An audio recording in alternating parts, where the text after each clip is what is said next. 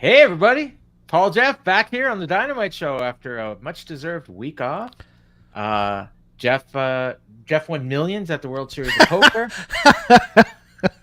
No, but I had a lot of fun. I really did. I came close to the money in my first live Pot Limit Omaha event, which was nice. And then I played like ass in the seniors No Limit Hold'em event, but it felt good.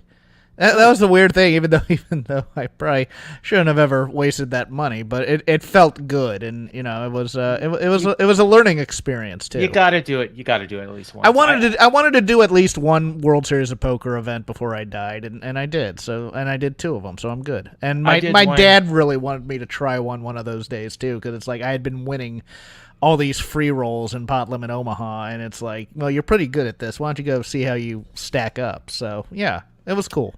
I did one in 2012, and it was I didn't do great. I lasted about 5 hours, but it was fun. 5 hours is pretty good.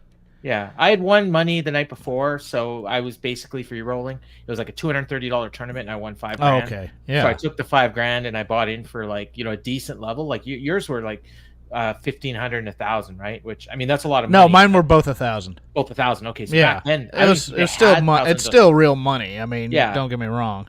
But that's for the World Series. That's like the basically entry level. I wasn't using money that I couldn't lose. I was using my craps bankroll. So no, that's good. And me, as a lot of you know, and this was kind of, in a way, it was nice.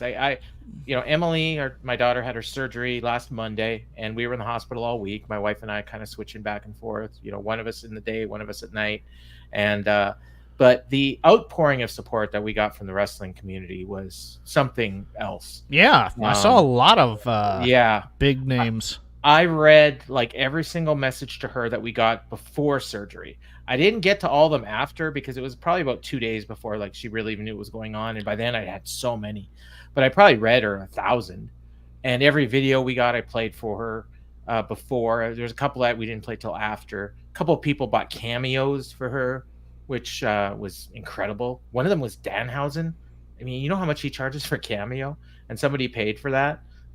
How much does Danhausen charge for a cameo? A lot. I don't know. For Danhausen? I'm almost positive it's like a couple $100. Oh, okay. I could be wrong, but then we got some nice videos. Dijak sent one.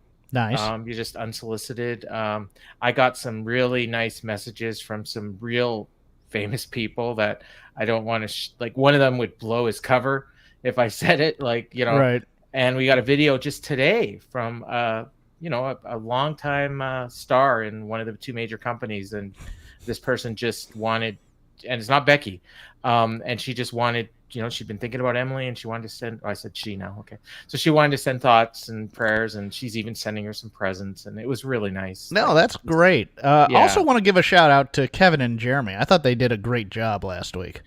Yeah. They had a very good show, and they deserved a lot more. They deserved a lot more chatter in the Discord. GG@FightGameMedia.com. Join the channel. Join the conversation. So he was 80 before AEW, so you probably triple that, with AEW, I would think. I listened to it, I think on the weekend. By then I'd kind of forgotten about the show, but so it was kind of nice to be reminded of it. Last week was a pretty good show that nobody watched. Yeah. It's look, everybody has their thinking. I don't even, is it okay if I say I don't know why the number was so low? I think it's easy to chalk it up to the lead-in. I mean, well, no. See, to me, it's like, I mean, everybody's saying the Kendrick Lamar concert. It was a holiday, so maybe people were traveling. I don't know, but okay. Is it possible? So it's a holiday, so for a lot of people, it's a Friday. Maybe people have just decided they don't like AEW anymore. Well, there's that. And that's entirely possible. Because I will tell you something. I am not feeling this card on Sunday. Okay, good. Let's start here. Okay. Let's start. Actually, let's. Do I want to start with Will and Swerve, or do I want to start in general with this show? You decide, Paul. Which way should I go on this? Let's not do Will Swerve just yet. So okay, well, it's 3 weeks of Will and Swerve though. Okay, it's the entire build of this. Do that. Okay, so in week 1 we had cocky Will Ospreay playing basically Maverick from Top Gun. You know, he's the guy with the gold. Oh, look, I can hold these 2 belts. Look how great I am here. La la la la la la la. And Swerve is the one trying to maintain friendship. You're lucky we're still friends, etc., etc. Week 2, we get angry Will Ospreay, and we get home invader staring at your children Swerve. Yep. Making it quote unquote personal. Yep. And then I didn't pick up the connection to the hanger baby. Credit Jeremy Feinstein on that one, but that was a good call. Well, not just that. Well, here's the one I had forgotten. I had forgotten it was on Juneteenth, and they had put a lot of the marketing around Swerve on this, and then he comes out and he does that kind of promo. Oh, I didn't even think about that. Neither did I. It was my co-host Chris Novembrino and Shake Them Ropes who brought that up. What did you think about the rappers getting cut off on Juneteenth? But anyways, while Kendrick Lamar's doing a concert. Yeah, in a bubble or in a vacuum, I liked the promo, but then I realized, oh, this doesn't make sense given what they did last week. And then this week, we have them in a tag match after we made it personal. Yeah. And we're kind of we're letting bygones be bygones, and this feud has made no sense. Is what I'm trying to tell you. And meanwhile, Will is feuding with Swerve. He's feuding with MJF. He's kind of half-ass feuding with Daniel Garcia. All right. Except, pause. What is the point of this show tonight? To build for Forbidden Door. Yes. Yeah. To get people to spend their hard-earned, inflated ducats to buy your pay-per-view. Yep. And we're building for the free TV next week. And Wembley.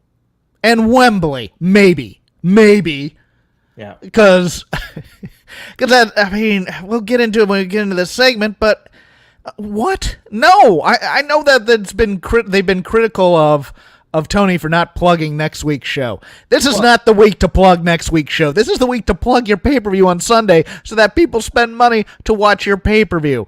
And instead I get these backbenchers from New Japan all showing up all at once. Well, to be fair, they did do a lot of build for Sunday. I just didn't think it was very good. I just didn't think it was very good. Okay, yeah, but on your opening segment, it's for next week's free TV. No. Yeah. And Will Ospreay is basically just telling you, you know what, don't even bother watching Sunday because I'm winning, and I'll just be defending the world title next week. They did 3.5 hours worth of Big Bang Theory to lead into this show, so it should be okay. That's what I was told. Well, I wonder how many people are watching by the 7th episode of Sheldon. Boy, I hope Sheldon says something wacky. Okay, yeah. I've never liked Big Bang Theory. So. I love that show. So do you? Okay. I'm one of the people that watch. I don't watch the repeats. I just watched it when it was live. I'll tell you a story later. But I kind of agree. You know, like I said, I watched the show. It was interesting watching the show last week because I watched it live in the hospital. And I was going back and forth. Like when a commercial would come, I'd flip over to baseball and then I'd go back. And I didn't miss any of the show. But it's harder to pay attention when you're watching like that. When you're in a hospital room, the volume's a little bit lower. So, you know, and it's a small screen. So when the graphics are on there, like when they put those graphics up, like I couldn't read anything. Like when they're plugging matches and if they don't say what they are, like, and I would bet a lot of people are watching on TVs like that. You think like a lot of people are watching on hospital televisions? I don't think so, Paul. No, but I don't think everyone's watching on a 60-inch screen with high def. So I think there's a lot of people watching on 28-inch screens. Yeah, I mean, it's yeah. You know, okay. And when they just put the graphic up and they don't say anything, I don't think a lot of people aren't really watching. They're like on their phones and looking up and like the main headline is this Forbidden Door, which has universally kind of, I mean, look, it is quote unquote for the sickos, and it has always been kind of a super card type of feel. Doesn't feel like a super card in some ways. It just feels like AEW pay-per-view with guest stars from New Japan. Yes. And the funny thing is, okay, here's another one. they made a big deal for months about how this year it's going to be not just New Japan, it's going to be CMLL, and it's going to be Stardom being on Forbidden Door. Yeah, we've got for CMLL, we have Hechicero, who is on the show all the time. He's in a faction in AEW. And we have Stephanie Vicaire, who is basically, she's the New Japan champion. So she could have been on the show anyways. And from Stardom, we have Mina Shirakawa, who has more TV time than anybody on the show, not named Toni Storm or Mariah May. She's been on every week almost for the last 3 months. So this is what we've been hyping. And meanwhile, we can't have Roosh on the show. I don't think we can have Penta and Phoenix on the show. There's other people that can't be on the show because we have to have Hechicero and Stephanie Vicaire. And who's the other one? Mina Shirakawa. Mina Shirakawa, I get. Okay, like that one, that's a big deal. But I don't know, man. I would say almost all the build they did for Sunday made me less interested in the matches that are happening, with one exception that we'll get to. That's going to surprise you. Okay. But I'm still not sure I'm getting the show. I'm really on the fence right now. I'm so backed up with wrestling. It's more about a time thing than it's not like, I'm not saying it's not worth the $50. The shows are always great.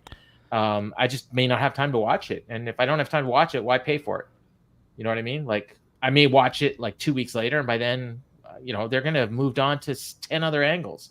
So it's going to be irrelevant. And why pay $50 for that? Well, it's Beach Break next week. So, you get a pay-per-view on TV. Did they forget about Beach Break? Because usually Beach Break is in February.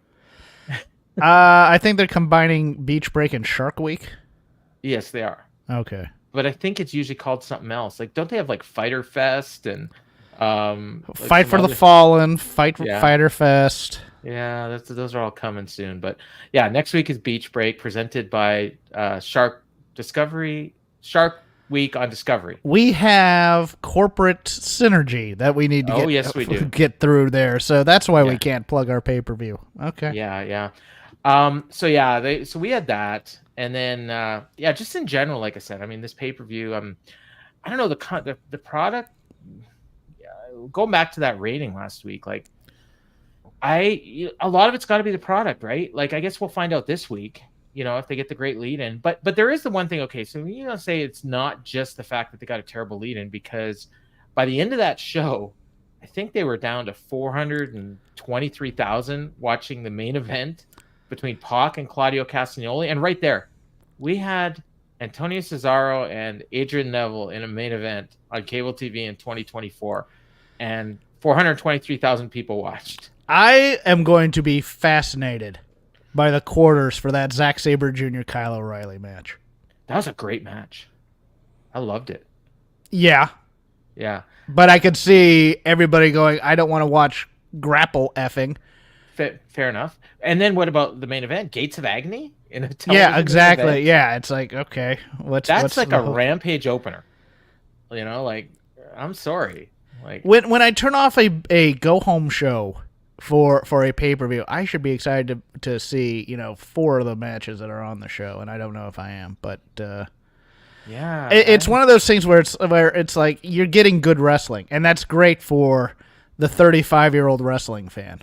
It really is. I'm not going to deny that there's a group of wrestling fans, the type of people who go to a site that I work for, Voices of Wrestling, and other sites like that do such things. It ain't. It won't. I don't want to say you need to book for the kids, because I don't want that. It's just not something that you're gonna run off and tell your friends that you watched last night. Yeah, did you see what so and so said? Did you see what so and so did? Did you hear Orange Cassidy on commentary? Like, oh my god, I don't know, man. Yeah. So, and I will. Another thing is the shades of the ironic wrestling show were all over this show. By the way, yeah. The other thing before we get into the show, I took a little break from our Discord just because I have my reasons. So I'm all of which you told me, but yes, I'm kind of tuned out of what's going on. So I watched the shows. I didn't watch Rampage or Collision. I watched last week's Rampage and Collision. So the last Dynamite I watched chronologically, or the last AEW I watched chronologically, was last week's Dynamite. Okay. I don't know. I didn't know anything that was going to happen on the show other than what they announced last week. Right. So I knew about the Swerve and Ospreay against Gates of Agony. I knew about Jay White and Phoenix, and I knew about the 6-woman tag match. Mm-hmm. I didn't know about anything else. I assumed Daniel Garcia would be on the show because they're in Buffalo. I thought he'd be wrestling. Guess they didn't feel like he needed to wrestle this week. I didn't know that Hiromu Takahashi was going to be on the show. I was pleasantly surprised when he just showed up, and I've known no news. So like when I listen to the podcast, like if I listen to Brian and Dave or stuff on Fight Game Media, like I'm hearing news for the first time that I haven't heard. All right. So, and that's the same for WWE as well. So it's kind of refreshing to just watch like that and not like know things. But here's the other thing, and it came through in your statement. If you're not one of those people, and Tony now says that that's all he books for those people. Yep.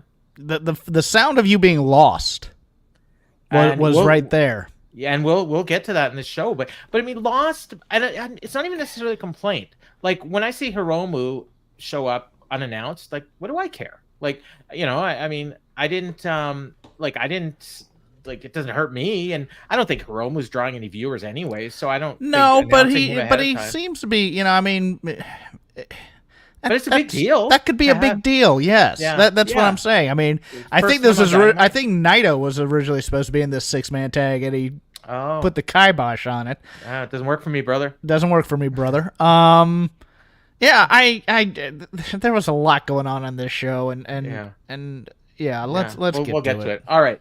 So we get the cold open again this week. I don't remember what last week's was, but it seems to happen more often than not these days. And it's MJF. And before he can get going, he's interrupted by, of all people, Daniel Garcia. Of course, they're here in Buffalo. And crowd's really into him. They're chanting, Danny, Danny. And then MJF says, glad these people like you, but tread lightly. And so Garcia says, I want to thank you for saving me next week. He said that. I had to rewind to make sure I heard that. I think he meant last week, either that or he's getting attacked in his match with Ospreay and MJF's going to save him next week. I'm not sure, but I think I'm just happy they have a plan for next week. Finally, that's good. He says, since we're in Buffalo, New York, everything here is my business, and I'm going to say some nice things about MJF. And MJF says, go on. And he says, 9 months ago, I wasn't doing much, but I was watching you from the back. You're the youngest champion in history, main eventing around the country and making history. This gets some MJF chants. You came up to me in back and you lit a fire under me. You saw me being more than a lackey, more than a background character, a pillar of AEW. You talked to Tony Khan and said, if I got enough wins, I could challenge you for your world title. I think he got one squash win. And then he challenged for the title. Okay, I'm just making sure I remember that right. He says, when I did challenge you, it was one of the most embarrassing moments of my entire life, but it wasn't all bad. That loss motivated me. That loss led me to going on the run of a lifetime, which I believe after the MJF match is when he went 1-6 in the Cruiserweight or in the Continental Classic. So correct. That was a run of a lifetime. That was the run of a lifetime, yeah. But he did get that one win over Brody King, who he'd already beaten. Mm-hmm. So now I'm someone these people can respect and believe in. Now I'm contemplating, why settle for being a pillar when I can be the backbone, the very foundation that AEW is built on? I think that's what a pillar is. But anyways, MJF is smiling. Fans are chanting Danny. And he says, Max, for that, I want to thank you. But I want to let you know, after I said all that, if you talk shit right now, you're going to look really two-faced, and you're going to have this whole city of Buffalo coming after you. It was a 6 out of 10 promo from young Daniel here. Not bad. Not great. Probably better than I would have expected from him. For a Daniel Garcia promo, it was fine. It just made Daniel Garcia curve, it was 10. It made no sense, but okay. No sense at all. But I've been on the run of a lifetime. Really? Yeah. He had the crowd. The crowd believed every word he said. That's all that matters, right? Just ignore what you see on TV. Trust me, we're not even at the part where I'm angry yet. So let's keep going. Oh, hey, I gotta ask you something. Everyone on the weekend was talking about this Jeff Jarrett promo. Right? I haven't seen it yet because I didn't watch Collision, and I don't watch stuff on social media. When is that match?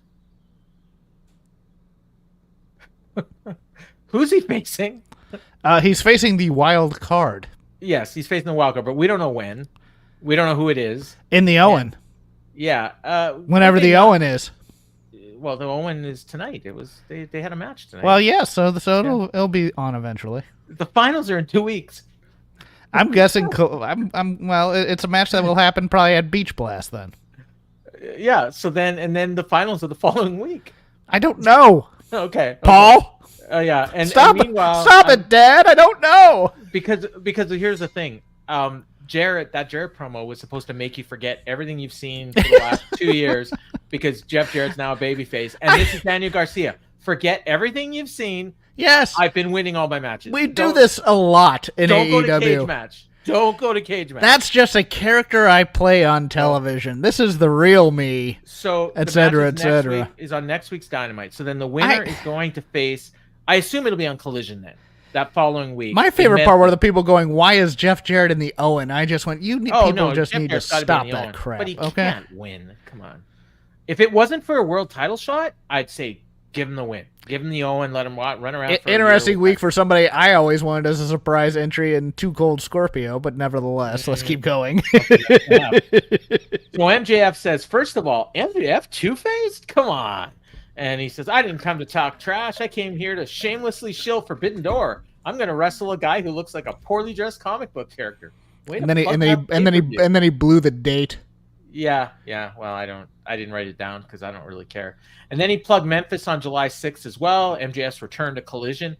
It's funny, when they aired, I just watched the anniversary special. They aired like highlights of the year of Collision. You'd think MJF was on every week. But by those highlights, because he was in like half the highlights, and I think he was on the show like 3 times. Yes. But anyways, reason number 2. Before I was so rudely interrupted, I was going to ask you to come out here, Danny, because I got a question for you. After everything that just came out of your mouth, I got one thing to say to you. And he says, "Thank you." Shook his hands. He says, "No one has ever talked about the nice things I do behind the scenes here in AEW, including me. I'm rich and handsome, and some people are jealous. All of them think they deserve my spot, but none of them are talented enough to beat me and take it. I know one guy that's getting closer, so let's get this straight. I didn't give you a title shot out of pity or because you're a second or third generation superstar because you made your name somewhere else. Unlike everyone else, you earned it." I wrote down, "No, he didn't." And he says, "Danny..." Also, he doesn't give title shots. Tony Khan does, but okay. No, I think in this case he did. Okay. But Danny, he gave Adam Cole a title shot last year too. Danny, you remind me a whole lot of me. 2 undersized kids, tough, cocky, arrogant, and talented from New York. Buffalo isn't really New York. Every morning we got to look in the mirror and say, it's not about the size of the dog in the fight. It's about the size of the fight in the dog. And these 2 New York pit bulls got a whole lot of bark and a whole lot of bite. Full transparency, when I gave you that shot, I whipped your scrawny little ass without breaking a goddamn sweat. And they bleeped that out. However, since then, you've grown exponentially. You're stronger, faster, smarter. Yeah, maybe one of those. He dances. That's all he's done, but continue. You've ascended the ladder here in AEW by busting your ass. You didn't run from the grind. You are the grind. I think that was a shot at Will Ospreay. Possibly. Maybe it's time for you to get one more shot at the king, but not just any shot. I was waiting for like a Kevin Nash reference here, but I was waiting for my shot. Yeah. Yeah. But he says, here's what I'm thinking, Danny. Folks at home and in the arena, let me know how you feel about it. Daniel Garcia versus MJF at Wembley Stadium for All In. And I wrote down, what? And what do you say, Danny? And, there's no way that they're doing MJF and Daniel Garcia at Wembley. Right? No, and that's part of the problem with this whole thing. Yeah. I mean, these promos, these first 2, because we're going to get to Will in a moment, we're breaking the fourth wall. We're lottie-dottying it. They're not that serious, and that's why people are tuning out, I think. I think people are just like, this isn't serious wrestling. These are people on TV goofing off. And this is what this felt like. MJF is not feeling anything, I don't think, right now. He got paid. He got paid. Yeah. Got paid. That's I mean, and that, you know, for everybody who complained about Nakamura's just there to surf. We have Okada there to say bitch. We'll get to yeah, that. no, I'm watching this and I'm going, nobody believes this. Nobody believes any of this. We have not been shown that Daniel Garcia is a main event talent. This is playing on the goodwill of people who go, man, maybe now he'll finally get a push. I think he's wrestled. It's either 2 or 3 times. I mean, maybe more than that. It feels like every week he's beat some loser, right? Like I think it was Rhett Titus the last time we were together, and Kevin Matthews, and I don't remember who last week, but last week it was Rhett Titus. So like I'm watching stuff out of order, so I don't even remember all these guys. But it doesn't matter. None of these guys who he's beat have mattered. No, exactly. I think the one guy he's beaten that matters is Brody King, and I think he beat Buddy Matthews as well. And he did get the win in that 6-man match against House of Black. So he's beaten House of Black guys. That's basically who he's beaten. Great. Yeah. So Danny is about to answer MJF. He says, that is huge. And then before he can say anything, out comes Will Ospreay. Buffalo, stand up and let me see those beautiful faces. And he says, I didn't mean to interrupt. I appreciate your homeboy, Daniel Garcia. This guy has made it publicly known that he wants a shot at the international title. You've been racking up win after win. You're doing it quicker than I last in the bedroom, bruv. And then he's, sorry, babe, I'm trying my best. That's a good line, I guess. No. He broke the fourth wall again. What are we doing? Stop it. Yeah, and meanwhile, she's probably in the back warming up to lose on Rampage. Yeah. Because of all the hard work and because I appreciate you and because I love Buffalo, next week you've got it. International Championship, Ospreay versus Garcia, but I'll sweeten this deal, sunshine. How about I put the World Championship on the line as well, bruv? And he sticks out his hand, and Daniel shakes it. Next week, Chicago, Ospreay versus Garcia for all the gold. Let's get it. And MJF, he's not impressed, stares down Ospreay, and then he says, Max, about your challenge. And MJF says, hold on. That's a huge opportunity for you. That's massive. I'm really proud of you, man. Best of luck. And he leaves the ring, and guess Wembley's off. And he left through the heel tunnel, but I'm told he's been entering and exiting through that heel tunnel all the time. So yeah, Wembley's off. Nobody believes that Daniel Garcia is going to win any title against anybody. I think he's going to beat Will next week. Do you? Really do. I do, yeah. Where is Beach Blast? Chicago? Chicago, yeah. Why the hell would you do it in Buffalo? I don't know. I don't know. CM Punk's going to interfere and cost Will the match? No, this is stupid. I mean, maybe he won't, but it feels like he's going to win. I think the story is that Will's trying to do too much. He's going to lose to Swerve, and then he's going to lose to... Well, how does that get Daniel Garcia over then? Because he beat Will Ospreay. No, he beat Will Ospreay, who had too much on his plate and was overextended, and it wasn't a strong win. It was just a win. And this is the Curtis Axel beats Triple H type of thing. Last week did it not seem like they were setting up a team for Blood and Guts of like Swerve and Daniel Garcia and MJF and maybe someone else? And now like they didn't even mention Blood and Guts this week. Yeah, you know what would get Daniel Garcia over? A strong win over a strong Will Ospreay. Yeah, like this week. And then Ospreay goes in and he's doubting himself. And yes. Yeah. Curtis Axel, I just watched him this week. I'm sorry. I watched the first episode of NXT. He's a good match with Tyson Kidd. No, but still, I mean, you get my point here. It's this weird thinking that now has seeped into every single wrestling company. Yeah. Where we can't push the young guys because they're far too young yet. And we're not going to give them strong wins over our stars because we have to. It's the preponderance of wrestling on television has screwed up so much booking by all these companies because they're so afraid to beat people who are stars. Yeah, it just look at the way, and I know people, if you have a young guy who's a star, have him win and then have him win a title and have him win a title clean. Or you don't even have to win. But look, okay, people are going to not like this because I'm bringing up WWE, but look at how WWE debuted Jacob Fatu on Friday. He laid out Cody Rhodes. Well, I'll give the other side of that because what they've been doing with Javon Evans on NXT by having him lose all the time is stupid. Oh, same with Wesley. Vastly stupid. But I'm just saying, like, you can do that. You can have a guy debut like that, and then, you know what? If he gets over, he gets over, and if he doesn't, move on to the next guy. You know, like, you don't have to protect these guys so much. Like, it's just like, yeah, it's great that when you go back and look and Dynamite record 47-1. Well, okay. You know, I mean, look, the records are great, the wins are great, and great, you had, a 4-star match on Cage Match or whatever. But the fact is, all of our young talent has been our young talent for 5 years now. And they're not on another level. They haven't elevated. Private Party is not elevated. Top Flight is not elevated. Daniel Garcia is not elevated. Sammy Guevara is at home. Bryan Danielson lost to Daniel Garcia 2.5 years ago. What did that do? They didn't follow up on it. Yeah, they didn't follow up on it. So speaking of Will and being overextended, we go backstage to Swerve, and he says, Swerve, Will, you don't have the strength to carry 2 worlds on your shoulder. Tonight when we tag against the Gates of Agony, you better have your head on straight. You got a focus problem, and it's not a good look for a world champion. And Nana says, whose house, and has a sip of coffee. That's it.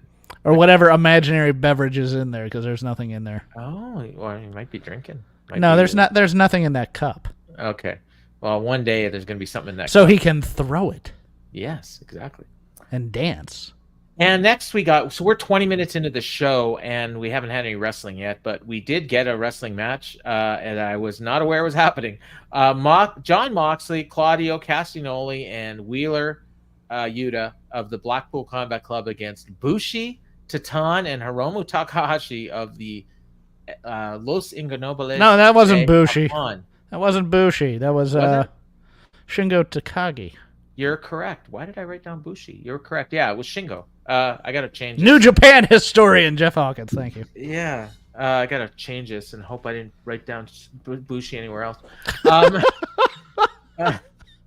All right. So, 20 minutes before we got our first thing.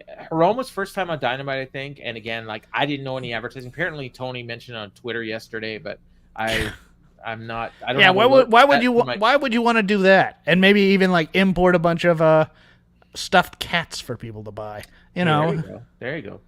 And right away, Titan did a headfirst tope onto Wheeler. He just slammed into him, and I was like, oh man, I was worried that he wasn't gonna be okay, but I think he was fine.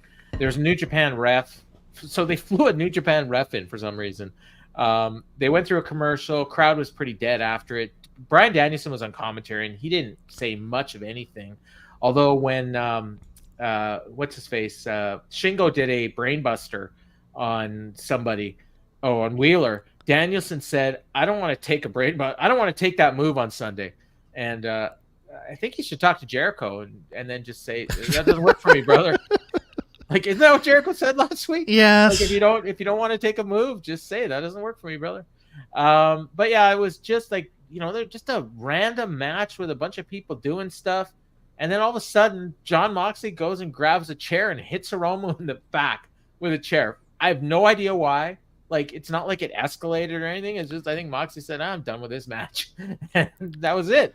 And then they started to brawl, and then all of a sudden, who should make the save but Tetsuya Naito's music? And I say this as a joke sometimes because the music plays, but in this case, the music played. Jon Moxley stopped what he was doing and watched.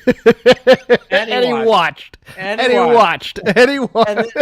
all of a sudden, Tetsuya Naito comes sauntering through the gate or through the tunnel, and Jeff Hardy's back there saying, "Get moving!" Yeah, And I'm joking, but he stood there. Then he slowly starts. I mean, that's his gimmick, right? This is what he does. So he starts taking off his thing, and can I ask something? Yeah. If you never watched New Japan, did you know that was his gimmick? Nope, and Excalibur didn't explain it either because he assumed. He kind of joked about it. It takes a while. Yeah. But the point of this match should have been to get over Shingo Takagi as a killer. Well, he kind of did. He kind of did. I'm saying the point should have been to do it stronger if it's just a kind of did. Yeah. Because that's the big match with Bryan Danielson, and that's what we should be hyping for instead. I mean, it's and also Tetsuya Naito and Moxley. Why not just have Shingo Takagi come out and kill Claudio? Why couldn't they have just done Moxley and Danielson against Shingo and Hiromu and Naito? They were all there. Why not just do that match? And then end with the DQ that you're. I know. It was the match was fine for what it was, and then Taz getting annoyed. Yeah, he should have hit him with a chair. It's no, whatever. So Moxley. Let's get the belt on Naito and get rid of it finally, so we don't have. Apparently, there were 23 belts in the first 90 minutes of this show. Oh my god. Well, yeah, but 9 of them are like the same belt. Anyways, Moxley finally has enough, and he runs up the ramp and he starts brawling with Naito. They brawl into the crowd. There's no reaction to any of this. Claudio, Wheeler, and Shingo, or Claudio, Wheeler, and Titan disappeared off the face of the earth. I don't know where they went. And then, well, no, I guess they were brawling at one point, and then Danielson goes down to make the save. But by the time he gets down there, it's just Shingo, and him and Shingo, because he was giving Wheeler the elbows of death. Danielson shows up, breaks it up, and then they had a stare down, and no reaction at all. Some people were trying to chant, but it wasn't coming through. I don't know what they were chanting, but I think they were chanting yes, yes, and then Shingo Takagi was kind of pretending to do the yes and then no type of a thing. But it was pretty muted. Like there, yes, you can barely hear it. Yeah, because nobody knows who Shingo Takagi is, or Naito, or whoever on the. To be fair, they did do a video package a couple weeks ago. No, that's fine. I'm just saying in terms of they haven't. There has been no. There's been no repetition. No. There's been no reps. There's been no training the audience, so to speak. Well, and people are going to see like, oh, well, Shingo got a win on Rampage, but nobody watches Rampage, and like, so for a lot of people, this might have been their first time seeing Shingo. Other than that video package, yeah. I mean, look, it's fine. I'm just, it's one of those things where we're relying on the fandom. It's basically Tony wants fans to, you know what it is he's opening discussions in the audience for people to talk to each other when they ask, who is that? Oh, that's the guy from New Jersey. Oh, okay, thank you very much. He's booking for the sickos. It's friendship. It's all about friendship. When you book for the sickos, eventually only the sickos are going to watch. Yes. That's another problem. But anyways, next we got Jay White and Rey Fenix in an Owen tournament match. There's a women's tournament match going on, right? Like we didn't. To my knowledge, there's a women's tournament. Yes. I don't think they talked about it at all. I don't. Collision. They had a match. It was Deeb and. Yeah, on Collision, but I'm saying tonight. I don't think they plugged anything. There was supposed to be one, I thought, because Hikaru Shida was at the tapings. Yeah. So maybe but they're taping 3 shows tonight. Oh, are they? Okay. Yeah, they're taping Rampage and Collision. So we're probably gonna, by the end of tonight, we'll probably have the whole like bracket done, I would think, almost, or we'll at least have the next round. We'll have the semifinals. But anyways, Jay White and Fenix. This match it is what it is. Winner's facing the winner of Jeff Jarrett in the wild card. We still don't know when that match is going to happen. Before the match, the ref tossed out Penta, Alex Abrahantes, and the Bang Bang Scissor Gang, or whatever they're called, the Bang Bang Gang? Yeah, the Bang Bang Gang. And at first I was confused because I thought they were all banned from ringside, because I remember Chris Daniels cutting a promo talking about how everyone was banned from ringside, but then I realized that's the other tournament that's going on right now. Right, yes. Yeah, so apparently you are allowed to interfere in this tournament, but the ref decided that he didn't want interference in this match, so he sent everybody to the back.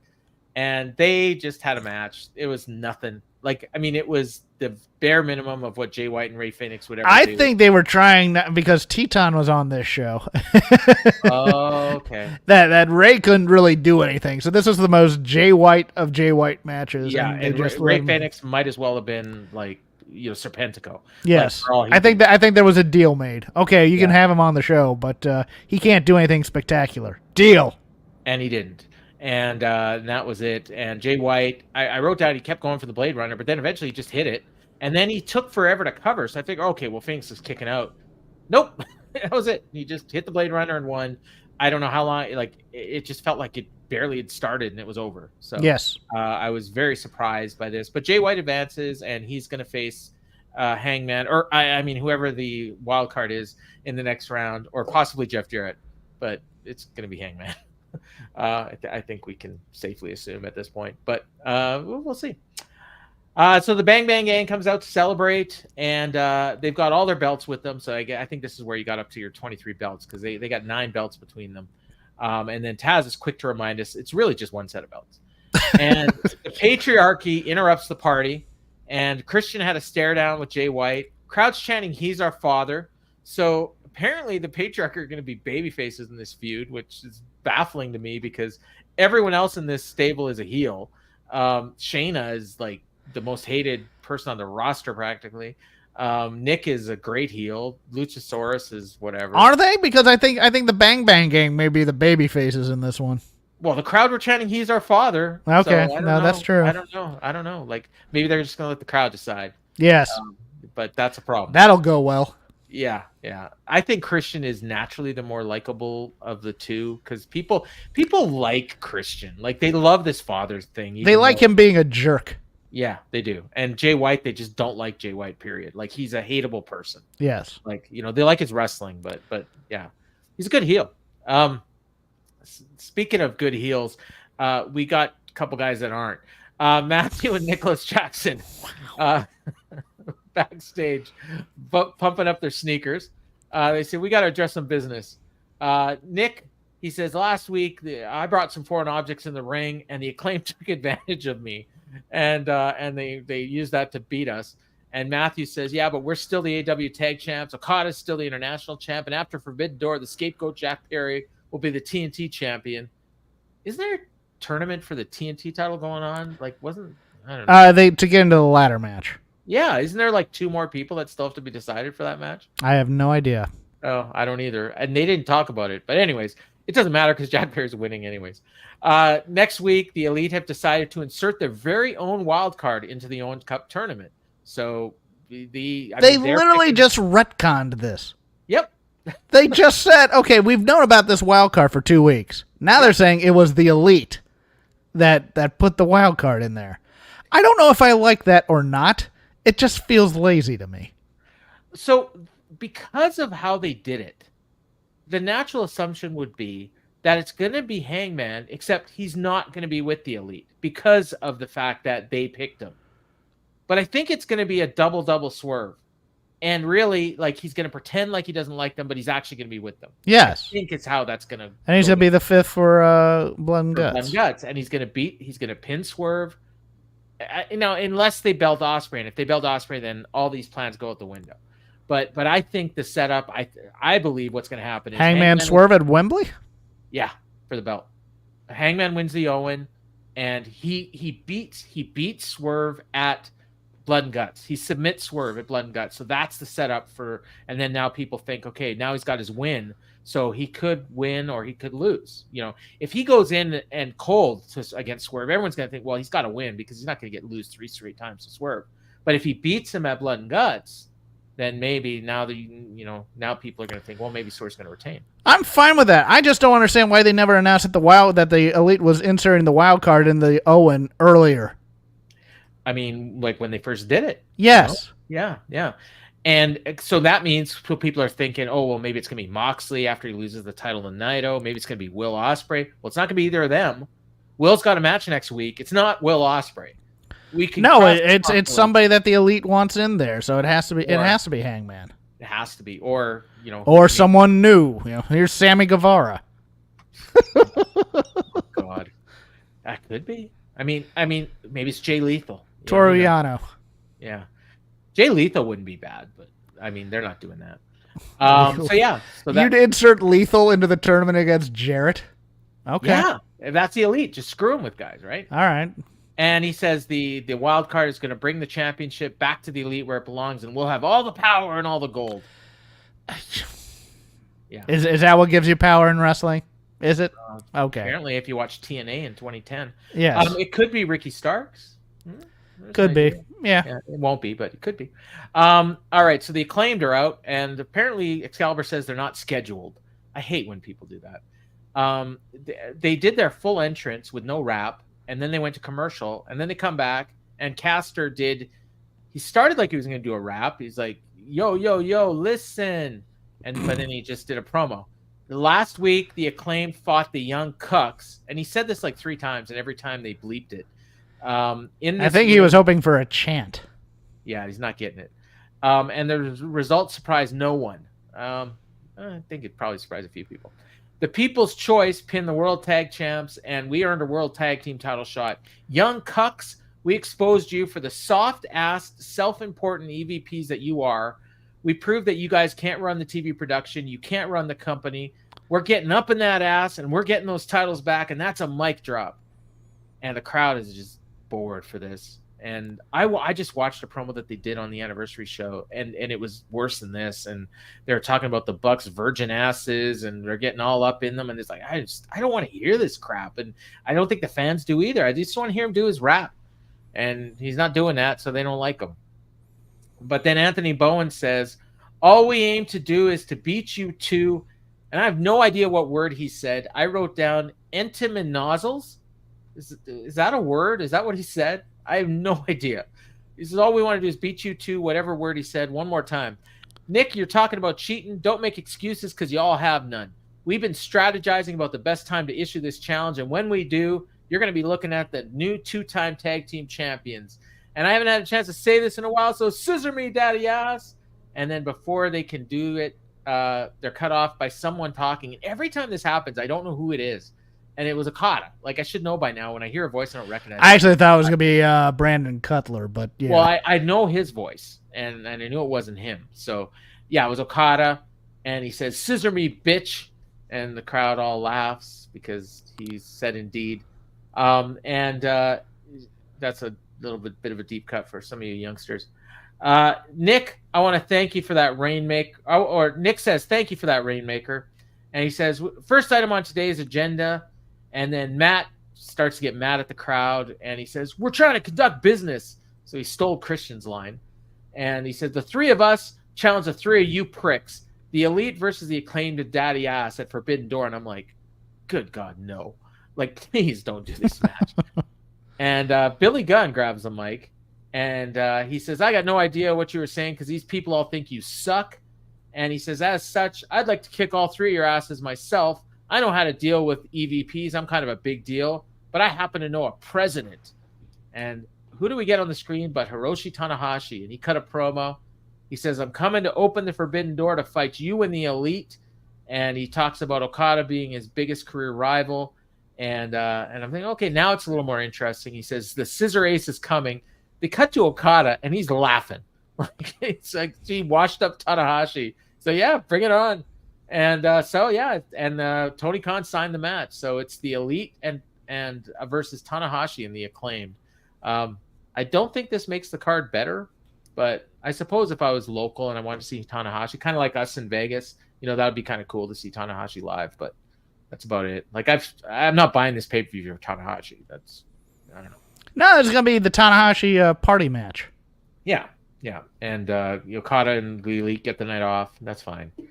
They should get the win, the Acclaimed and Tana. I mean, Tana really should probably pin like Nick or something. But maybe the Elite are going to cheat and they'll pin the Acclaimed. I don't know. Who cares? Doesn't matter. Doesn't. No, not at all.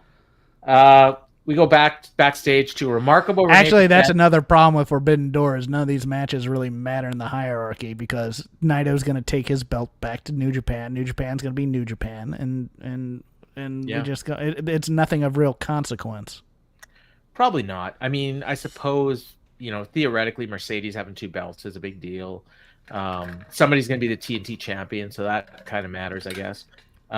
I suppose there's some conjecture about who's going to win between Will Ospreay and Swerve, so that kind of matters. Yeah. So we go back, and remember a couple weeks ago, I recreated a Mark Briscoe promo that was just amazing promo, and I tried my best, and a lot of people liked it. We put it up on YouTube. And then last week they did it again because it was such a hit the first time. So then this week they do it again. Now this group is officially called the Conglomeration. Mark Briscoe, Kyle O'Reilly, and Orange Cassidy. I don't mind the name. No, it's fine. So she asked Mark, and he says, Sunday, we're going to have a convergence on the Big Apple. The Conglomeration's there, kicking ass, taking names. I got a ladder match. I'm going to add the TNT title match to my collection. Orange Cassidy has Zack Sabre Jr. in a one-on-one match. And then Kyle O'Reilly takes over, and he starts to do a Mark Briscoe promo. And this is the best Kyle O'Reilly's been in AEW. Thank you. It was. He says, the word of the day is synchronicity. Through the power of motivation, it would be a shame if I broke my shin in your ass. Zack Sabre Sr. wouldn't even recognize you. Called Zack Sabre Jr. soft. And then he just stops in the middle of his promo. He bails on the promo, which I hate as a comedy as a comedy trope when you're doing a perfect bit and then you just bail on it like that. He said, how was that? I adore watching Mark Briscoe watch Kyle O'Reilly do Mark Briscoe. That thing right there. I may go back and watch that 500 times. I couldn't keep up, so I probably missed some lines. And they finally figured out how to make Kyle O'Reilly interesting on AEW television. Yeah, congratulations to all. Kyle, and then Mark says Kyle O'Reilly's gonna whip your ass tonight, Zack Sabre Jr., and then Orange Cassidy's gonna do it again on Sunday, and then they leave, and then Orange Cassidy and Renee are left. And Renee, and they're talking, and they're not, and you can't hear them. You can't hear a word they're saying. She's got the mic down, and I don't know what they were thinking. And Orange is mumbling. Yeah, it's like, no, you need to put the mic in it so you can hear the mumbling part. Yeah, but, so that's another time when they just let this thing go on just 10 seconds too long. I just thought it was inspired to invoke Zack, that there is a Zack Sabre Sr. That was great. That was great. And he's not even going to recognize you when Orange Cassidy's done with you. Pippa Pig. Yeah. So they built up the match for later tonight. They built up the match for the weekend. It was good. It was maybe the best thing on the show. Mark Briscoe is national joy. Treasure. And must be protected at all costs. Yeah. Is he in the Owen? No, he's in the TNT ladder match, because remember, it's like I have one belt on one shoulder. I need balance. Right. Yeah. Next we got Toni Storm, Mariah May, and Mina Shirakawa against Saraya, Harley Cameron, and Anna Jay. And Mariah comes through the tunnel with Toni, then she runs to the back and comes through again with Mina. And Excalibur tells us that We Want Mina is trending, so he's full Michael Cole mode at this point. Mina teasing, tagging Toni, but she tags Mariah instead, and they do a double team move on Harley, and then they shake their tits. That's what they did. I'm just a reporter. Mariah does a thing where she can't decide who to tag, and then they both tagged her. Then they both slapped her tits. Okay, there you go. Then Anna and Saraya pulled them off the apron. They go to commercial. After commercial, Mariah's still in there. She makes a hot tag to Toni. She hits the sweet cheek music on Saraya. Then she starts arguing with Mina. I wrote down Nia tags herself in. Oh, it must have been Mia.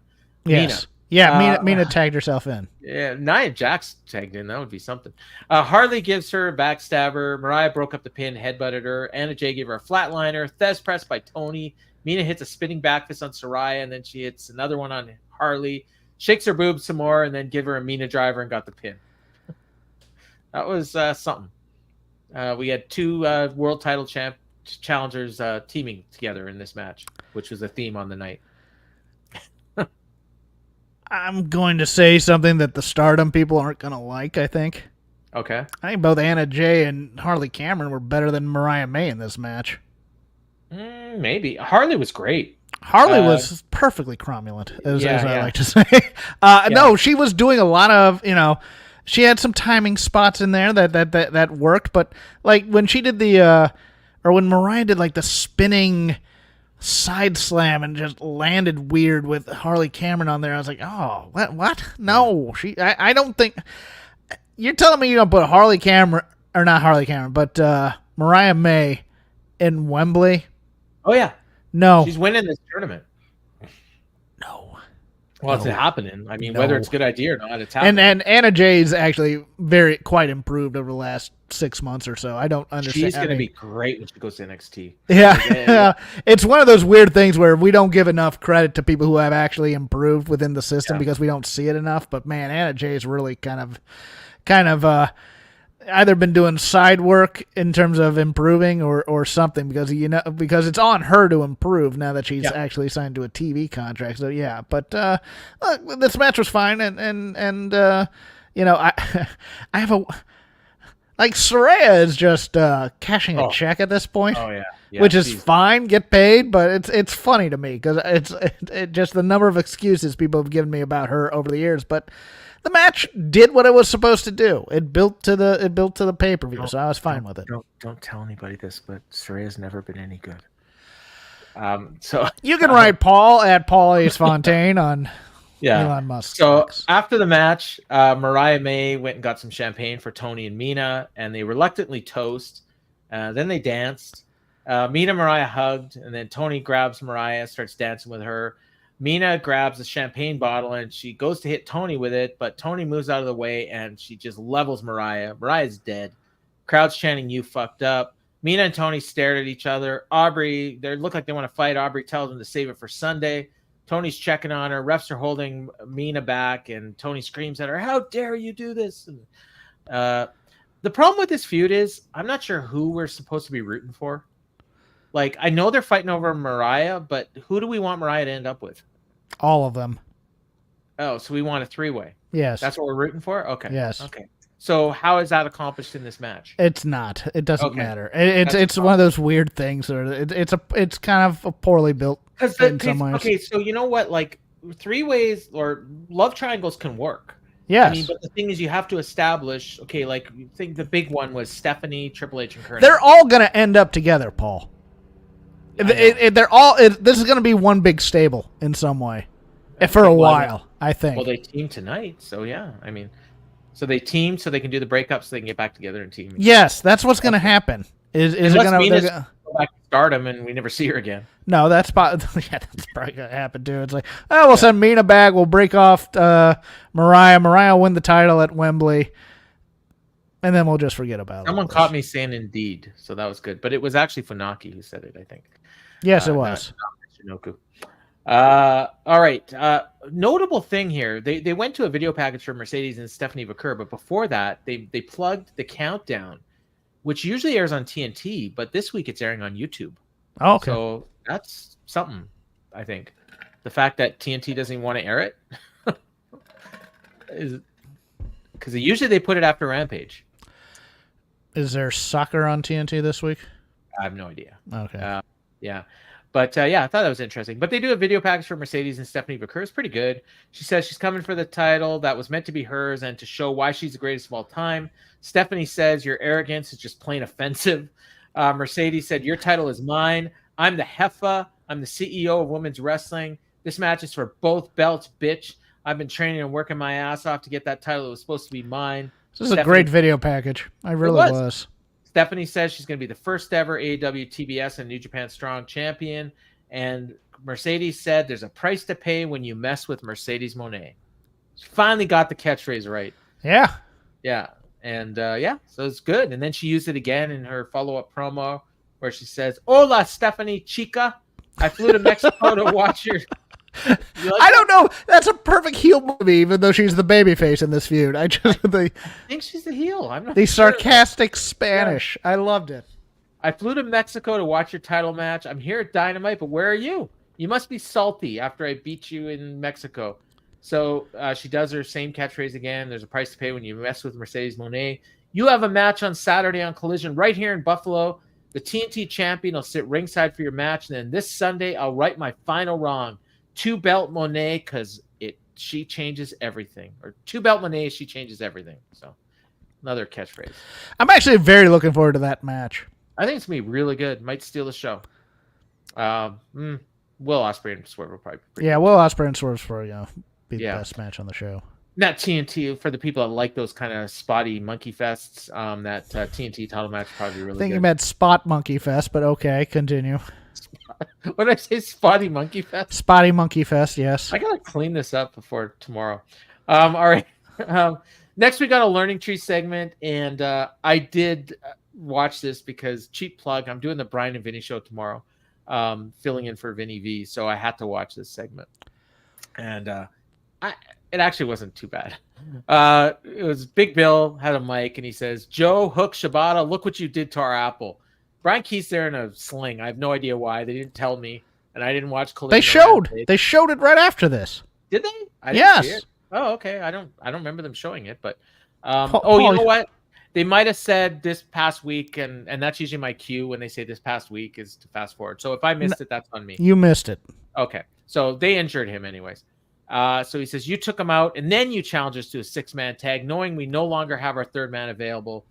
In the wise words of the sensei of the sickos. It's going to be a new shirt, AEWshop.com. Yeah, Chris Jericho. When one door closes, another door, perhaps a forbidden door, see what I did there, guys? Opens. He's got this character down pat. Chris Jericho grabs the mic. Hi, guys. That gets a big pop, and I was sick to my stomach. Listen, everyone who knows me knows that I'm in AEW for one reason. I'm just here to help the young guys. And as you pointed out to me and noted AEW. Yeah, I pretty much needed to tell you this because I figured you didn't know on your own. But yes, this is a reference to a Cody Rhodes quote from Fightful today. Yeah, he says, when you hear that a veteran is here to help the young guys, watch out. So Chris Jericho took advantage of that because I'm sure every single one of these people watching the show tonight read Fightful and knew exactly what he was talking about. Even if you didn't, it was still a good line. He said, that's why I bring so many young people into the Jericho Vortex so I can help their careers, including the Redwood and the Bad Apple. And it's not fair that Shibata and Hook hurt my Bad Apple. So Samoa joke, the joke is on you. We found another partner, one of the toughest men I ever met. I've been to Japan almost 60 times. That's a lot, guys. And we got a video from this guy as well. We haven't watched it yet because I want to watch with all my branches. And Joe, Hook, and Shibata, you're going to learn a lesson from the learning tree that you won't like. A fellow Wrestling Observer Newsletter Hall of Famer just like me, Minoru Suzuki. And this got the mildest of mild pops. Usually when they announce Minoru Suzuki's name, like the place goes nuts, and they got nothing here. Should have played his music. And then so we get a video package, and the way Jericho introduced this, you knew he was getting screwed somehow. And sure enough, Minoru Suzuki's on the screen, and he does a promo in Japanese, but luckily they put up subtitles. So this was actually pretty smart. He says, I understand you want me to be your partner at Forbidden Door, but you're mistaken about one thing. I don't want to wrestle by your side. I want to wrestle you one-on-one. You're trying to avoid me because you're scared. You're chickening out, aren't you? I hate your soft way of thinking now. The learning tree? What is that? I want nothing to do with anything like that. I will not be your partner. Instead, you put your FTW on the line. Chris, I wrote down Chris fucking Jericho. Is that what he said? Yes. Okay. He laughs. Thank you, guys. See you soon. And Excalibur does the fake laugh, and he says Jericho should have watched the video. The crowd's chanting. I liked that part of it. I liked that. Oh, Jericho just brought a tape in, and he didn't bother watching it. Yeah, because he's a cocky. Actually, you know, the best part of this whole segment is watch Big Bill and his reaction the entire time. Just the wide-eyed, mouth agape, watching this in horror type of thing. He was fantastic in this segment. Brian Keith was not impressed. He said, Chris Jericho ain't no lame-ass chicken. That was his one line. He continues to deliver. Yes. Make the most of your minutes. Yes. Less is more. He's great. Out comes Joe, Hook, and Shibata. And Joe says, well, isn't this awkward? You came here to Buffalo looking for a savior, and you struck out again, Jericho. You see, what we've learned tonight, the learning tree doesn't have enough branches. Chris, you know what stands before you are students of the game. We watched every learning tree segment to learn everything about our opponents. And my friend Shibata, the worldsmith, he's got it summed up best. And Shibata pulls out his phone and says, oh, brother, this guy sucks. And the crowd starts chanting, this guy sucks. Jericho and Joe just like square off. I assume they're probably going to do a match on Collision or something. It's going to be like Jericho and Bill against Joe and Hook, maybe, or Joe and Shibata. And Jericho slapped. Well, there's gonna be one match in there where Keith takes off the sling eventually, and is this fake? This injury? It's a work injury, yes. Oh, okay, I believe. See, I don't know. Jericho slapped him. Joe headbutted him. Brawl starts. Babyface got the advantage. The heels bailed. How was that? That was fine. So this is the one where I was more interested in the match after than I was before, and because I was like negative interested in this match, although I really kind of want to see Hook, Shibata, and Joe team up, and so that's gonna be kind of cool. Now we don't get to see that, but I think Minoru and Jericho could be fun. It could be. Yeah, depends if Minoru. Well, Minoru's gonna do the Minoru match. Jericho. I think a lot of it depends on what kind of match Jericho wants to do here. We know he's going to play the cowardly heel a bit. Is he going to want to do the Lionheart moves? Well, I think that was the idea because he kind of flipped a switch at some point here and he started to get angry, like legit angry with Joe. So maybe the idea is he's gonna flip his character again and do maybe go back to whatever the Painmaker. Okay, next we got Zack Sabre Jr. and Kyle O'Reilly, and this was fantastic. Now, Orange Cassidy was on commentary. At one point, he called Kyle pretty cool, reference back to Cool Kyle, although I don't think Orange Cassidy even knew about that. Taz asked, why couldn't you be Purple Cassidy? And Orange Cassidy says, well, my mom gave me the name. Yeah, there was a through line with Taz, because Taz had a bit of a spat with Jordan Grace accidentally online. Remember when we were talking about I trademarked that? Well, Jordan Grace had posted, when if you can't survive if I let you. And Taz, not knowing that it was mostly an homage, says, nope, you can't use that, trademarked. And then had to apologize later because he didn't realize that Jordan Grace was merely just doing tribute. Doing a tribute to him, yes. Plus, did he trademark it for himself, or did he trademark it for the company that he worked for at the time? He trademarked it in general just for his ownership. Because Joe used that line too a lot, if I'm not mistaken. You're correct. Okay. So Kingdom was watching at ringside, and I was baffled because there was a gentleman sitting beside Kyle O'Reilly, and at first I thought it was Preston Vance, because kind of looks a little like him, right? And it turns out it was Gabe Kidd, who they finally mentioned it because they plugged the match on Rampage. Gabe Kidd and Roderick Strong against the Infantry, and then it dawned on me, maybe that's Gabe Kidd. And but they never told us it was Gabe Kidd. Yes, they did. They told us it was Gabe Kidd, and he's here, and there must be some working arrangement between the Undisputed Kingdom and. Was this during the entrance again? Whatever group. Yes. Okay, yes. So it was my fault again. I guess I got to start watching the entrances. I'm trying to but it was Excalibur doing it really quickly. It's like, here's all the story you need to know about why Gabe Kidd's sitting next to Roderick Strong, so we can set up this tag match at Collision. If somebody happened to, because this does happen, people change the channel and then they come back and they time it. So you figure, okay, well, they're going to commercial. So if I come back in like 5 minutes, I won't miss anything because it'll just be entrances. So if you flip back and all of a sudden you see Roderick Strong sitting beside someone at ringside, there's going to be a lot of people watching that don't know who that is. And I agree. And I don't, I only knew because I've seen stuff from New Japan with him. Well, I do too, and I just didn't recognize him. But at the same time, he look. You know what I mean, if this were a sitcom of some kind, he is Mike Bennett and Matt Taven's like cousin from England. Yeah, come over. I mean, he just looks like a generic dude who's also in the Undisputed Kingdom with a bad haircut. That's what. And you know what? It would be reasonable for me to assume it's Preston Vance, and he's just got a new gimmick. I legit thought that there was probably something on Rampage and Collision I missed where they brought Preston Vance back. I literally thought it was Preston Vance. Like, if you look at the two of them, like, I know. I finally realized it was, and actually Preston's quite a bit bigger than Gabe Kidd, but he was sitting down, so I couldn't. Well, I guess that's better than me. I thought it was Heath Slater at first. Oh, that probably actually get some buys. Anyways, it was him. And they mentioned that Gabe Kidd and Roderick Strong are going to be wrestling the Infantry on Rampage. I think that's the only match they announced. So tune in for that. Yeah. So they went through a commercial, and the crowd was super into it. Like, normally when they go to commercial and they come back, the crowd's dead. And they were, like, right into this. They're chanting, this is wrestling. They were kept plugging this tag match. They were just Toni must just love the idea of Gabe Kidd on his show, I guess. I know Jeremy, I'll mention Jeremy Feinstein again. He is like all in on Gabe Kidd. He thinks he's the next. No, I think Gabe Kidd can talk. Yeah. Well, he can talk, but it's going to be tough for him. You know how we used to say Will Ospreay? It's like, British talking.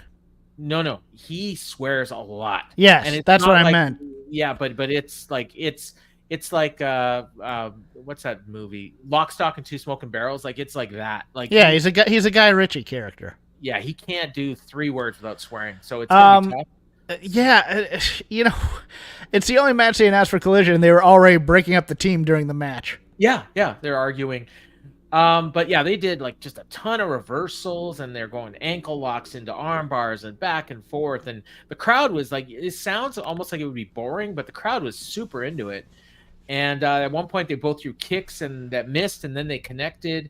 Zack went for a double leg, but Kyle hit him with a knee strike, which would have been a great finish. Like, if it was UFC, it probably would have been. Zack hit him with the elbows of death, and he started slapping Kyle. They both exchanged slaps. Zack got the better of it, but then Kyle fired back. He did a cross arm, or Zack did a cross arm breaker and transitioned to a triangle. Then he went back to the arm breaker and Kyle tapped. It was a great match. Just great professional wrestling in this match, I thought. And I don't have a strong opinion on this match because I was just like, okay, it's that. The funny thing is, Orange Cassidy's on commentary the whole time, and all he kept saying was, "I can't do any of this." Right. So it's like, this is your build to the match. It's like, I don't know what I'm going to do, but it's not going to be this. It's basically what he said. And then we got 30 different people from New Japan coming out. What I wrote down. So they did a stare down, and then all of a sudden TMDK shows up. It was this was Shane Hayes and Robbie Eagles. Correct. You're right. Yeah. No Mikey Nichols. And then Ishii wanders out for some reason. Yes. And he squares off with Zack. He's standing beside Orange Cassidy. Gabe Kidd is screaming at everyone. We got like 4 different factions here, together because. And none of these guys are gonna be here past Sunday. I don't even know if Gabe Kidd. He's not here past Friday. I don't think. Robbie Eagles. What's he doing? He's probably got a match on Collision, but that's what it is. Oh, we're gonna put this is the. You know what? You just nailed it. We have all these guys on Dynamite because they're gonna be on Collision, but they have nothing to do with the pay-per-view. We're just doing a favor for New Japan. They didn't announce anything. No. So you have no reason. I imagine there's probably gonna be there's gonna be a match. It's probably already been posted. Ishii is gonna be wrestling somebody. Everyone's gonna lose their minds over it, and I'm gonna watch it in 2 weeks. Because I'm not going to know anything about it. I'm not going to see Tony's tweet. I'm not in the Discord, so I'm not going to see anybody talking about it unless you forward it to me, which you probably will now. So it's going to be like a Ishii against Gabe Kidd probably. No, it's going to be a 3-way. It's going to be Gabe Kidd, Ishii, and Robbie Eagles. There you go. Or the Kingdom against Ishii and Orange Cassidy. That's probably a match actually. Maybe it'll be on Ring of Honor. So I don't know, but yeah, you got all these guys out there and no rhyme or reason to any of it because none of these guys, the funny thing is you think because it's New Japan, they're all aligned, but they're all in different factions. So Gabe Kidd, he hates them all. And he was probably swearing in his thing. He was texting me, actually, you know what? I think this is news. Hey, let me look at this. Breaking news. Oh, just announced for the pay-per-view. All Elite. This is news. Hang on. Now I got to open up Instagram.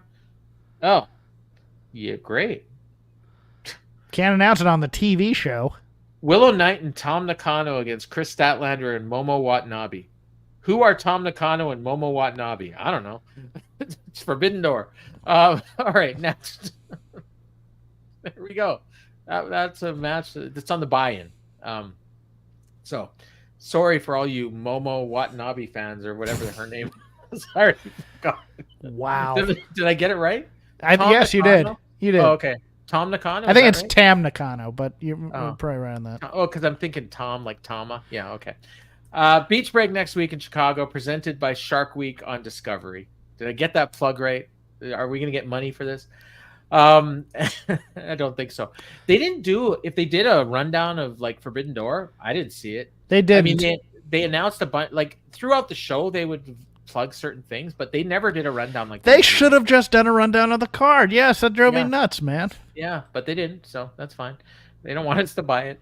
Or maybe they know the card's no good. So I'll find the card somewhere at the end. Don't worry, Tony, I'll do media. Yeah, I heard. Yeah, he is. Well, he's already done some, and there might be some more interesting stuff. Stay tuned, everybody. Mm-hmm. Swerve and Will Ospreay against the Gates of Agony is your main event on the Go Home show for Forbidden Door. And Swerve and Will, of course, are going to be facing each other in what I assume is the main event on Sunday for the AEW World Championship. But tonight they're teaming against the Gates of Agony. And so they argued over who's going to start, and then eventually they just both double-teamed one of the guys, and then both members of Gates and Agony were double teaming Will before they went into break. And at one point I was wondering, is this just like a tornado tag? But then after the break, they were back to just doing a regular tag match. Swerve was the babyface in peril, trying to make the tag, but Khan pulled Ospreay off the apron. Gates of Agony double teamed Swerve some more. Then they did some heel miscommunication. Swerve hit a brainbuster on Khan, hot tag to Will. Quickly they're double teaming him, but Will took them out with a flip. Then a standing shooting star press on Khan. Khan superplex into a jackhammer on Will. Swerve broke it up. Swerve headbutted Leone, but of course you can't headbutt a Samoan. So then Swerve just hit him with a Swerve stomp instead. Ospreay hit a Spanish fly on Khan for 2. He went for the Tiger Driver, but he questioned himself. Then he went for a Stormbreaker, and then he got out. And then Will went for a super kick, but he accidentally super kicked Swerve. Leona hit him with a pounce, and Khan covered him for 2. I actually bought that. I thought he was going to get pinned there. They double teamed him. Swerve did a thrust kick on Khan. Looked like he was aiming for Will when he hit Khan. Swerve and Will double team Leona.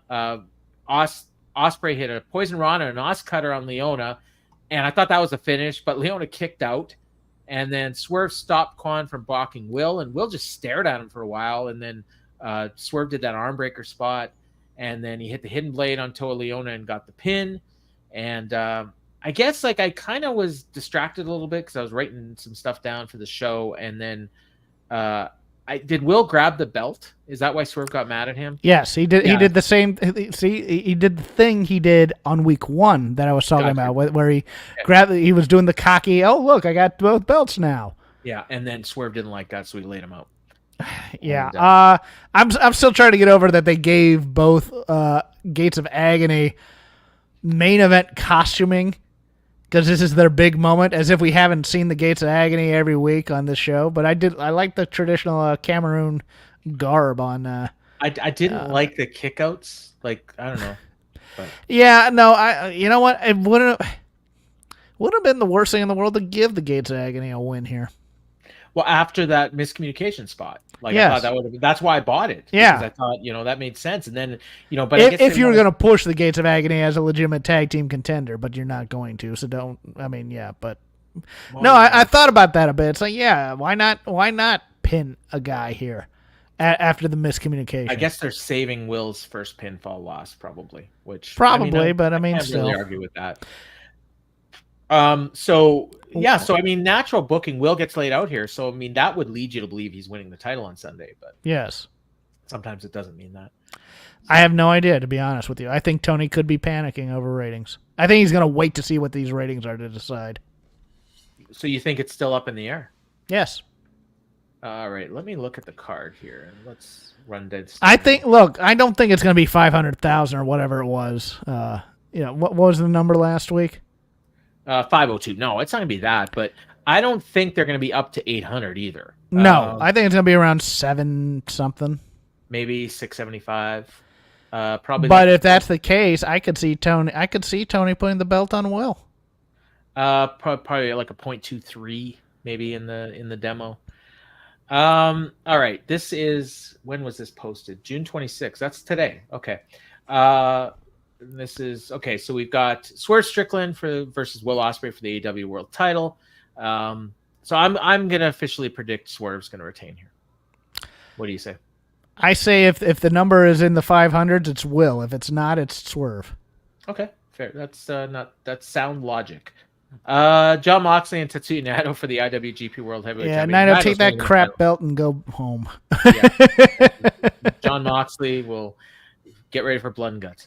TBS champion Mercedes Moné versus NJPW strong champion Stephanie Vacour in a title versus title match. 2 belts, Mercedes. Yes. All right. And then she relinquishes the New Japan belt eventually. Which will make no sense, but she'll do it. Probably not losing that thing, yeah. Or she's probably going to get injured and have to forfeit both of them. No, she's not going to do a New Japan Strong show, probably. Yeah. Well, unless they just do it on AEW. Or unless she's going to do a Tokyo Dome show or something and then defend that title. Or she loses at Wembley, maybe. Yeah. Yeah. Ladder match for the vacant TNT title. Your entrants are Konosuke Takeshita. It's Jack Perry. Let's move on. Mark Briscoe, Jack Perry, Dante Martin, Leo Rush, and I think one more, because the graphics have all had 6 faces on them. So I think we're probably getting one more. But yeah, it's Jack Perry. And the 6 will be Brian Cage. You think? He's always in these ladder matches, the base for the jumping guys. But Takeshita could be that too. Okay, that's true. I think they could probably use a New Japan guy in here, and there's a lot of them around. So, but who knows? We'll find. We'll probably know. They probably already taped it. So, Toni Storm and Mina Shirakawa for the AEW Women's Championship. That's gonna be Toni, right? Toni. Yeah. Bryan Danielson and Shingo in an Owen Hart Cup tournament match. That's gotta be Danielson. Correct. Right. Zack Sabre Jr. and Orange Cassidy. Who cares? Probably Zack. Yeah. I have no idea though. No, probably Orange. I don't know. Or you know what? Orange was saying they're gonna give the win to Zack. You can beat Orange Cassidy. Yeah, and he made a point of saying that Zack's been trying to beat him for 10 years and hasn't been able to. That sounds ridiculous, but it's probably true. So sounds about right for Zack to win. And I think Zack is going to be facing Naito at Tokyo Dome. That's the scuttlebutt. That's what third plug for Jeremy Finestone tonight. I think that's what he's been saying on Speaking of Strong Styles. So, which you can see every Thursday afternoon on this very network. Don't ask me what time. I think 5:30 Eastern, if I'm right. So hopefully that was a nice plug for you, Jeremy. And MJF versus a random cartoon character who doesn't dress very well, or whatever, however you put it, Hechicero. And this isn't complete because it's MJF, right? It's got to be MJF. I want Hechicero to win this so bad, and I love that dude. That dude is more fascinating to me. There's this weird part of my head that goes, maybe he shoots and just pins MJF. And then funny. Everything goes, oh, I would love that. But yeah, MJF puts him in a money clip or something. Yeah. And then I think we got the Chris Jericho against Minoru Suzuki. Jericho's going to win that. He's not losing that FTW title. Although I'd love to see Minoru with that belt, but I don't think it's happening. No. And then we got that match. Let me pull this up again. Do you remember what it was? Willow and Chris. Willow and Chris with Tam Nakano and Tam Nakano against Chris Statlander and Momo Watanabe. Yeah, I assume those two are from Stardom. Yes, I don't know. They're not Marigold, I would imagine. And then we're probably, I'll bet you anything, we're gonna get like Owen matches on the pre-show because they usually put 4, and I think this is the only one announced. So we'll probably get a few more. Stay tuned. Follow Tony. No, we'll get some like 6. We'll get like Matt Taven, Mike Bennett, and Gabe Kidd versus, Shane Haste, Robbie Eagles, and Jeff Cobb or something like that. Well, if Jeff Cobb is there, you'd think he would have been on the show. But yeah, you're probably right.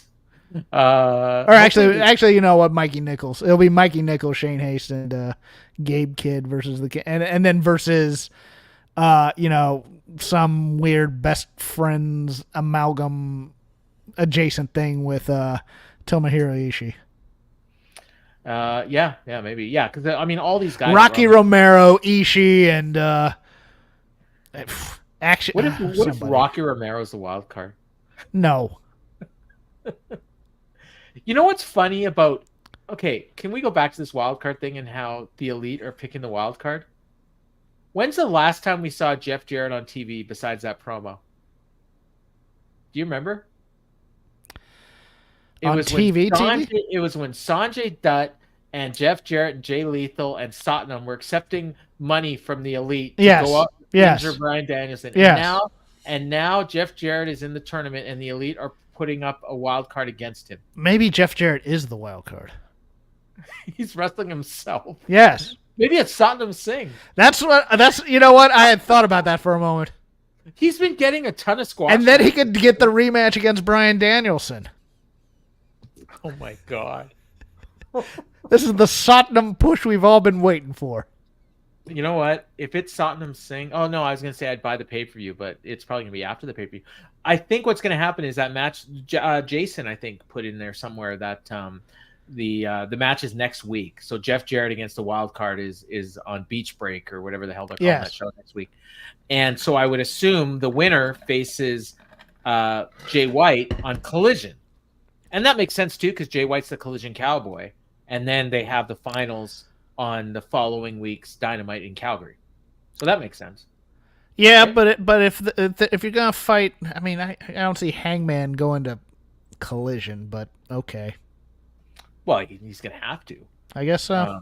Yeah, and stars. It's in Memphis. The big show. They're advertising MJF on that show. Wouldn't you then like they could make it Shark Boy, and then Jarrett beats Shark Boy, and then goes to Memphis to fight Jay White and loses. Well, or as Garrett put it, Gilbert. Yes. Shark Boy. It's Shark Week, isn't it? Yes, that's why I said that. You remember last year? I think it was last year. Did you hear about this? They flew in Shark Boy and they were going to put him on the show, and then they didn't. Yeah. So they actually paid for Shark Boy to be there, and they didn't put him on the show. All right, so that is okay. So on a scale of 1 to 10, how hyped are you for Forbidden Door? 2. Yeah, I was gonna say 3. So you're more hyped than I'm more hyped than you, believe it or not. I mean, the matches I want to see are Mercedes and Stephanie Vaquer in the ladder match. That's it. I'm interested in the result of Will Ospreay and Swerve.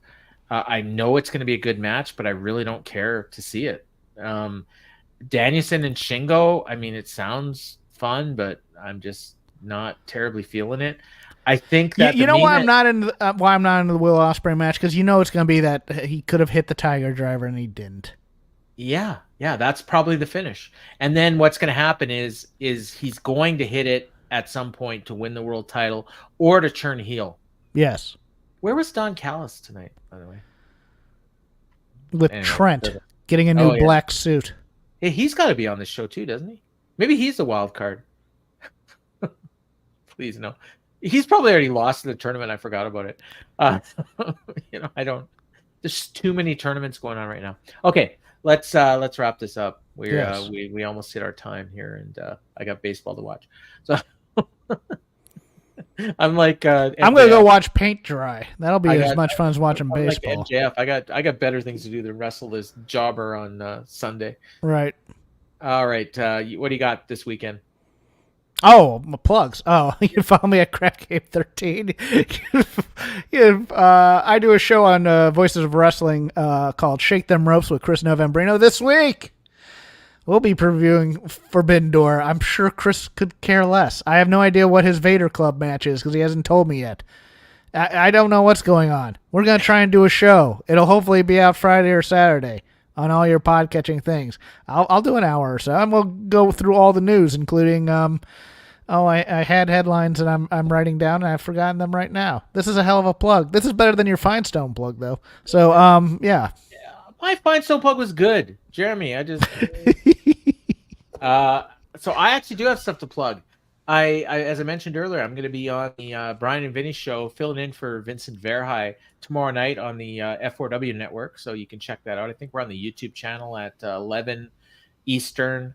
Or no, is it midnight Eastern? Yeah, midnight Eastern, 9 Pacific, 11 my time.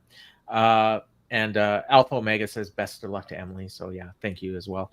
And then I think I'm on Saturday on Wrestling Observer Radio with Brian and Dave covering UFC. It's either going to be me or Ryan, but I'm pretty sure it's me.